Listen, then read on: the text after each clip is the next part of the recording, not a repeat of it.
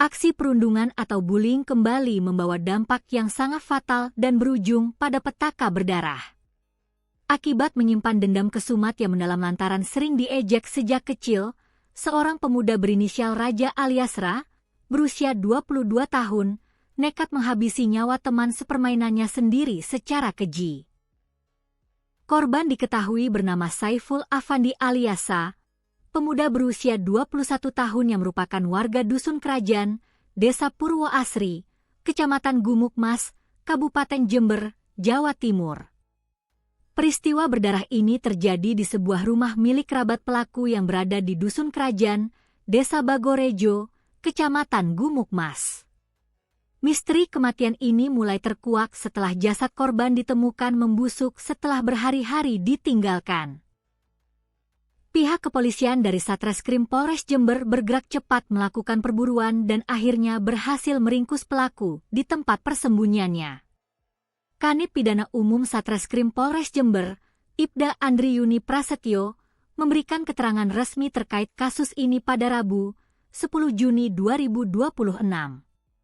Ibda Andri menjelaskan bahwa motif utama di balik pembunuhan tragis ini murni didasari oleh rasa sakit hati akibat perundungan masa lalu. Pelaku Raja dan korban Saiful diketahui merupakan teman dekat sejak mereka masih duduk di bangku madrasah ibtidaiyah atau setingkat sekolah dasar. Berdasarkan pengakuan tersangka, saat masih sekolah dulu, dirinya kerap kali diejek dan diintimidasi oleh korban bersama beberapa rekan lainnya. Dendam yang telah terpendam bertahun-tahun itu seketika meledak kembali pada Senin, 1 Juni 2026. Kejadian bermula saat Raja mengajak Saiful untuk keluar nongkrong dan ngopi bareng. Di tengah asyiknya perbincangan, obrolan mereka perlahan mulai mengarah pada kisah masa lalu saat mereka masih kecil. Naas, dalam obrolan tersebut, kalimat ejekan serupa kembali terlontar dari mulut korban. Tak terima dan merasa sangat sakit hati karena masa lalunya diungkit kembali, emosi Raja langsung tersulut. Pelaku kemudian menyusun siasat dengan mengajak korban Saiful ke sebuah rumah milik keluarganya yang sehari-hari dalam kondisi kosong atau tidak ditempati. Sesampainya di lokasi kejadian, cekcok mulut di antara keduanya tidak terhindarkan hingga berujung pada perkelahian fisik yang brutal. Dalam kondisi kalap, Raja meraih sebuah toples kaca yang berada di dekatnya dan menghantamkannya dengan keras ke kepala Saiful. Tak sampai di situ, pelaku juga mengambil sebilah celurit dan melemparkannya ke arah tubuh korban.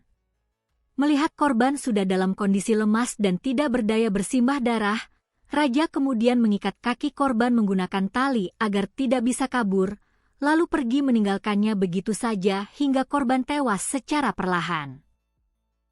Tabir pembunuhan berdarah ini baru terungkap 8 hari kemudian, tepatnya pada Selasa sore, 9 Juni 2026, sekitar pukul 17.00 waktu Indonesia Barat.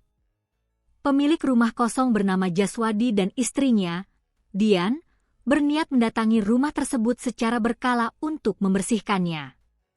Namun, saat membuka pintu rumah, Dian mencium bau busuk yang sangat menyengat.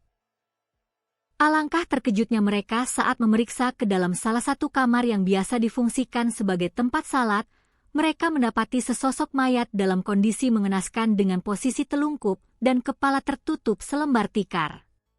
Kondisi jasad korban sudah rusak, membusuk, dan berwarna hitam, sehingga awalnya identitas korban sulit dikenali.